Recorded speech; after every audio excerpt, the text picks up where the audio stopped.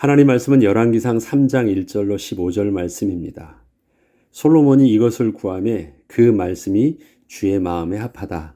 오늘은 우리가 잘 알고 있는 솔로몬이 하나님께 지혜를 구하는 그 내용을 본문으로 하고 있습니다. 우리가 잘 알고 있는 금도끼, 은도끼 이야기는 우리가 전래동화로 알고 있지만 제가 인터넷을 찾아보니까 한국의 전래동화가 아니고요. 그리스 아이소포스가 지은 우화를 이솝이 자신의 우화에 수록해 놓은 이야기입니다. 원제는 나무꾼과 헤르메스입니다. 이 이야기는 나무꾼의 그 정직함을 교훈으로 담고 있는 내용입니다. 그런데 솔로몬에 관한 행적 중 가장 대표적인 내용을 담고 있는 그가 하나님께 지혜를 구하는 내용은 이러한 정직함이나 순수함이라는 이솝 우화처럼 도덕적 교훈을 초점으로 하고 있지는 않습니다. 잘못하면 솔로몬이 지혜를 구한 것이 네가 내 자신을 위해서 영광과 부나 존귀를 구하지 않고 겸손하게 지혜를 구했으니 이 모든 것을 너에게 다 내게 주노라. 그런 내용이 아니라는 것입니다.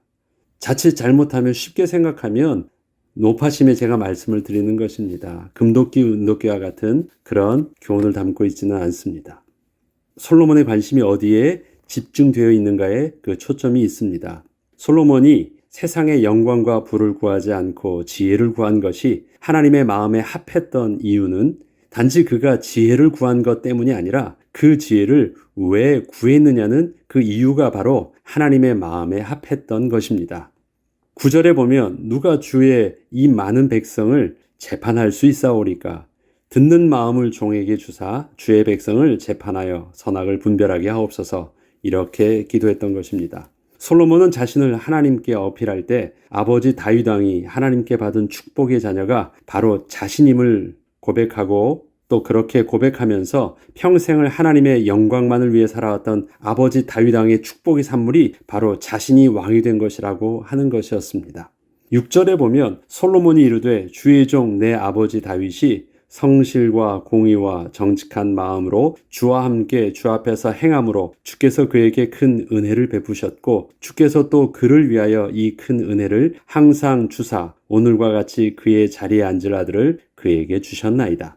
그리고 다윗이 감당했던 왕의 직분을 온전히 전달받아 계속해서 동일하게 감당할 수 있도록 하나님께서 자신을 세우신 것이라면 아버지 다윗 왕처럼 그렇게 감당할 수 있는 그 지혜를 자신에게도 허락해 달라고 하는 것이 솔로몬이 하나님께 지혜를 구하는 기도였던 것입니다. 지혜에 대한 관심이 어디서부터 온 것이었냐면 아버지를 봤어요. 아버지 다윗 왕이 평생 40년 동안 통치했던 그 모습대로 자신도 통치하는 왕이 되게 해달라고 한 것이에요. 아버지 다윗 왕이 왕의 모델이었거든요. 통치의 모습 속에 하나님의 지혜를 받고 자신도 아버지랑 비교해 보니까 자신은 여전히 아이와 같다라는 것입니다. 아직 왕이 될 만큼의 수준이 안 되는데 아버지처럼 그렇게 감당할 수 있는 그 지혜를 자신에게도 달라고 하는 것입니다. 이것이 솔로몬의 기도였습니다. 그렇기 때문에 이것은 누구나 솔로몬처럼 세상의 영광과 부를 구하지 않고 지혜를 구한다고 해서 하나님이 기뻐하시는 것은 분명 아니라는 것입니다. 지혜를 구하는 것이 기쁜 것이 아니라 하나님께 이유를 둔 소원이 하나님의 마음에 합해야 된다는 것이 기쁩니다. 그 소원이 맞다면 지혜를 구하지 않고 다른 것을 구했다 할지라도 그것이 하나님이 기뻐하는 마음이 될 수 있을 것입니다. 솔로몬에게는 분명한 이유가 있었기 때문입니다. 아버지 다윗은 하나님의 마음과 합한 자였고 하나님의 백성을 잘 다스렸던 왕이었었는데 자신은 그런 아버지 다윗 왕과 비교할 때 아이와 같이 너무 부족하기 때문에 아버지 다윗 왕처럼 백성을 잘 가르치고 지도할 수 있도록 지혜를 달라고 구했던 것입니다. 솔로몬은 아버지 다윗이 왕의 통치의 모습으로서 자신의 기준이 되었던 것입니다. 그렇다면 어떻게 하면 솔로몬이 아버지 다윗 왕처럼 하나님의 백성을 잘 다스릴 수 있을까요? 솔로몬은 자신이 생각할 때 하나님의 지혜가 필요하다고 생각을 했습니다. 이유는 아버지 다윗 왕을 바라보면서 다른 어떤 지도자에게서도 볼 수 없었던 특별한 것이 있음을 보았기 때문이었습니다. 아버지 다윗은 하나님께서 맡겨주신 이스라엘을 지혜롭게 다스렸습니다. 아들 솔로몬과 신하들은 다윗을 바라보면서 하나님의 지혜가 있음을 분명히 알 수 있었던 것입니다.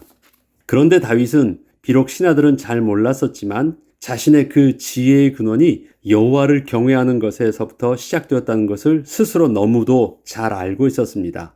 그는 여호와 하나님을 경외함 속에서 이스라엘을 40년간 통치를 했던 것입니다. 비록 신하들과 다른 사람들은, 백성들은 혹시 잘 모른다고 할지라도 다윗 왕 스스로는 자기가 이렇게 잘 다스릴 수 있었던 지혜와 그 지식의 근원이 바로 하나님을 경외함 속에서 나왔다는 것을 다윗은 정확하게 알고 있었다라는 것입니다. 그렇기 때문에 다윗이 죽을 때 아들 솔로몬에게 자신의 지혜의 비밀을 명확하게 가르쳐 줄 수 있었던 것입니다. 열왕기상 2장 1절로 3절에 보면 다윗이 죽을 날이 임박하매 그의 아들 솔로몬에게 명령하여 이르되 내가 이제 세상 모든 사람이 가는 길로 가게 되었노니 너는 힘써 대장부가 되고 너는 어른이 되어 내 하나님 여호와의 명령을 지켜 그 길로 행하여 그 법률과 계명과 율례와 증거를 모세의 율법에 기록된 대로 지키라. 그리하면 내가 무엇을 하든지 어디로 가든지 형통할지라. 하나님의 말씀을 따라 그 계명과 율례를 순종하는 것이 그 어떤 일들을 네가 고민하며 네가 하려고 하는 것보다 훨씬 더 지혜롭고 또 형통한 길이 될 것이라는 것을 통치의 노하우를 정확하게 가르쳐 준 것이었어요. 다윗은 아들 솔로몬에게 힘을 다해서 대장부처럼 하나님의 명령인 법률, 계명, 율례와 증거 등 모세의 율법에 기록된 대로 다 지키라고 그렇게 유언을 하였던 것입니다. 이것은 자신처럼 하나님을 경외함 속에서 주어진 왕의 직분을 그렇게 잘 감당하라고 한 것이었습니다. 그러나 솔로몬은 하나님의 말씀을 온전히 지키며 살지 않았습니다. 솔로몬은 지혜를 얻기 위해서 평생의 수많은 일과 연구를 스스로 했다라고 고백합니다. 그렇지만 여호와를 경외하는 일에는 소홀히 하였던 것입니다. 훗날 솔로몬은 잠언을 기록하면서 그 잠언 1장 7절을 통해 이렇게 말하고 있습니다. 여호와를 경외하는 것이 지혜와 지식의 근본이거늘 미련한 자는 지혜와 훈계를 멸시하느니라는 이 말씀이 잠언을 기록한 목적이라고 했습니다. 이렇게 잠언의 주제이기도 한 이 구절을 솔로몬 왕이 왜 그렇게 잠언의 내용으로 남기게 되었을까요?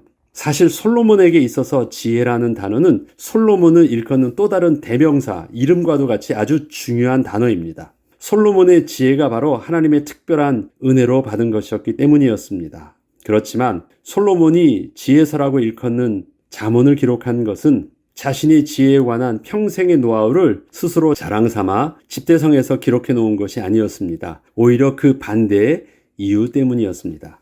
자신은 지혜로운 자가 아니라 미련한 자였다는 것입니다.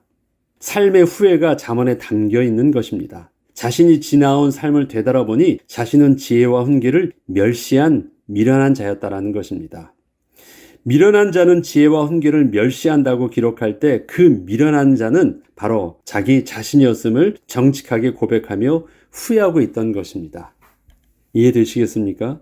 여호와를 경외하는 것이 지혜와 지식의 근본이거늘 미련한 자는 그 지혜와 지식을 멸시한다고 할 때 그 멸시했던 자가 바로 나였다라는 것입니다. 그러니까 아들아, 너는 멸시하지 말라고 말하는 것입니다. 나는 참 인생을 똑똑한 줄 알았는데 나는 미련하였다. 잠언서에도 기록되어 있지만 전도서에서는 그 부분들을 더 정직하게 자기를 고백하고 있잖아요. 헛되고 헛되다. 내 삶 속에서 연구도 하고 노력도 하고 모든 쾌락도 즐겨보고 다 했는데 소용없더라. 모든 것이 헛되더라. 너 그러니까 청년의 때 이거 기억하고 여호와를 경외해. 그것이 복이야. 그것이 지혜의 근원이야. 가르쳐줍니다. 후회해야 하는 것이 전도서였고 잠언서입니다.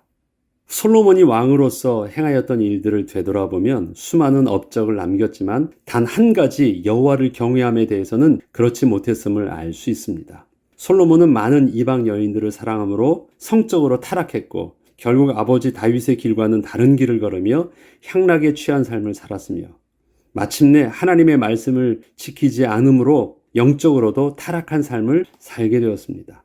그래서 잠언에 나오는 여호와 하나님을 경외하라와 내 아버지의 명령을 지키고 내 어머니의 법을 떠나지 말라는 솔로몬의 고백은 그렇게 살지 못한 자신의 참회의 고백이자 그렇게 절규의 호소였던 것입니다.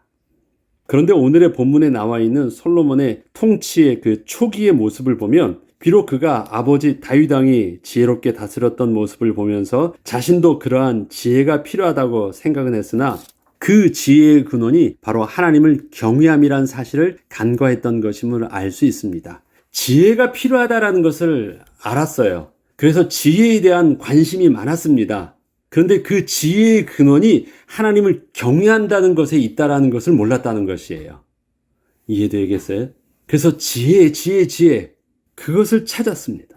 그런데 엉뚱한 데서 모든 것을 찾고요. 한 가지만 하지 않았어요. 하나님을 경외하는 것은 나도 다 알아. 그걸로 내려놓고 다른 데서 모든 지혜를 찾으려고만 평생을 수행했는데 그것이 자기의 치명적인 실수였다는 것입니다.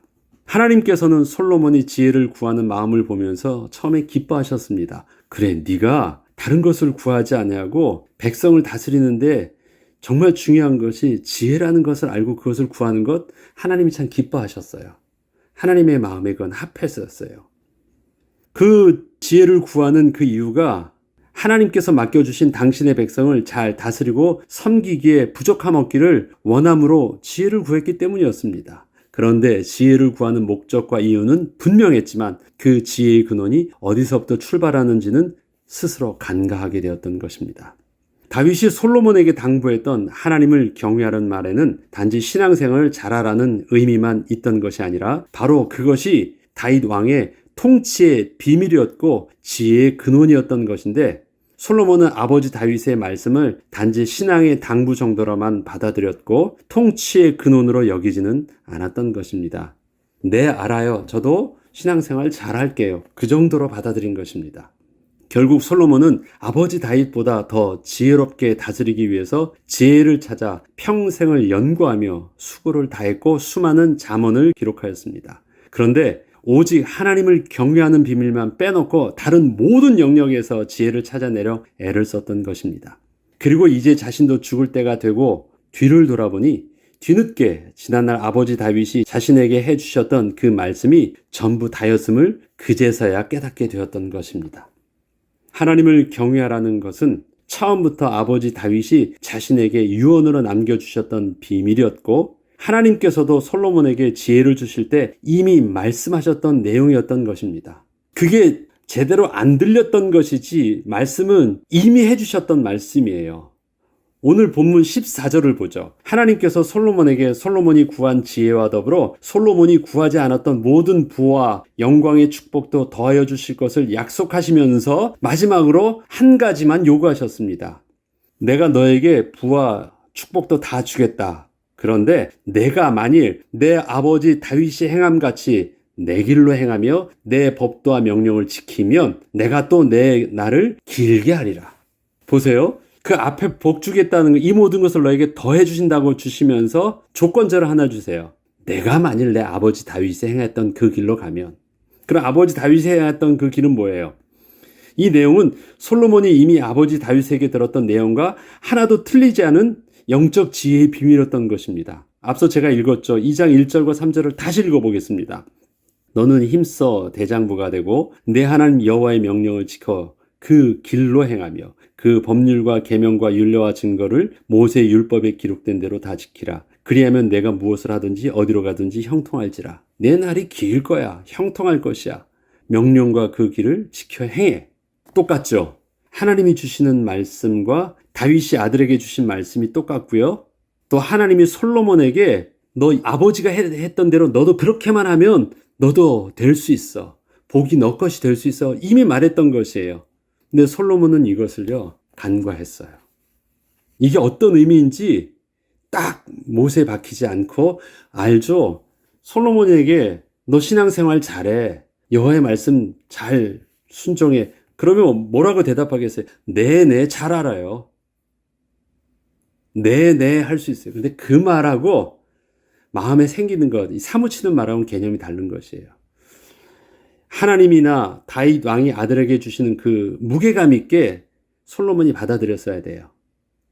그런데 그것을 그냥 쉽게 받아들였고, 그렇기 때문에 그것이 솔로몬에게서는 신앙의 당부는 됐지만 통치의 근원으로 그의 삶의 가장 베이스로 담아두지 못했던 것, 이게 결정적인 솔로몬의 패착이었습니다. 그러나 오늘 우리가 솔로몬을 통해서 하나 보아야 될 것이 있습니다. 솔로몬이 지혜를 구했던 그 마음, 그것은 하나님의 마음과 합했던 마음입니다. 무엇 때문이었습니까? 하나님이 자기를 세우셨던, 왕의 직분을 주셨던 그 마음대로 하나님의 백성을 잘 다스릴 수 있다면 그 직분을 감당할 수 있는 은혜를 구했던 그 마음, 저와 여러분이 하나님께도 이 마음이 합해야 되겠습니다. 하나님 우리에게 주신 목사의 사명, 권사의 사명, 집사의 사명, 또 우리에게 주셨던 엄마의 사명, 아빠의 사명, 우리의 삶에 허락하신 모든 삶의 직분들, 하나님의 영광을 위해서 주신 그 은혜 잘 감당할 수 있도록 하나님 은혜를 주세요. 아버지 다윗 왕에게 주셨던 솔로몬이 했던 그 마음을 하나님이 기뻐하셨다면 하나님 그 마음이 나의 마음이 되기를 원합니다. 그리고 그 마음의 근원에 솔로몬은 혹시 잃어버렸다면 우리는 역시 그 마음에 그 지혜의 비밀이 역시 하나님의 여호와의 말씀을 묵상하고 하나님을 경외하는 것이 지혜와 지식의 근원임을 놓치지 않고 오늘도 우리의 삶 속에 베이스 속에 하나님을 집중하는 은혜가 있게 하여 주시옵소서. 그 하나님의 음성이 우리의 삶 속에서 우리의 두 귀를 울릴 수 있는 은혜가 끊어지지 않게 하여 주시옵소서. 더불어 기도함으로 다윗의 성공이 우리의 성공이 되고 다윗의 성공이 우리의 본이 되고 또 솔로몬의 실패가 우리의 교훈이 될 수 있는 은혜가 저와 여러분의 있길 주의 이름으로 축복합니다. 기도하겠습니다. 하나님의 마음에 합했던 솔로몬의 기도. 그러나 솔로몬은 하나님의 마음에 합했지만 그 마음에 합한 그 축복을 누리기 위해서 그가 집중해야 되는 부분들은 다윗처럼 온전하지 못했었습니다. 하나님 우리의 마음이 하나님과 합하게 하시고 하나님의 합한 그 마음이 온전히 감당할 수 있도록 하나님을 경외함의 비밀들이 또 다윗과 동일하게 우리의 다윗의 모습이 우리의 모범이 되게 하여 주시옵소서. 오늘도 주실 주의 은혜를 그렇게 누리기를 소원합니다. 감사드리며 우리 주 예수 그리스도 이름으로 기도합니다. 아멘.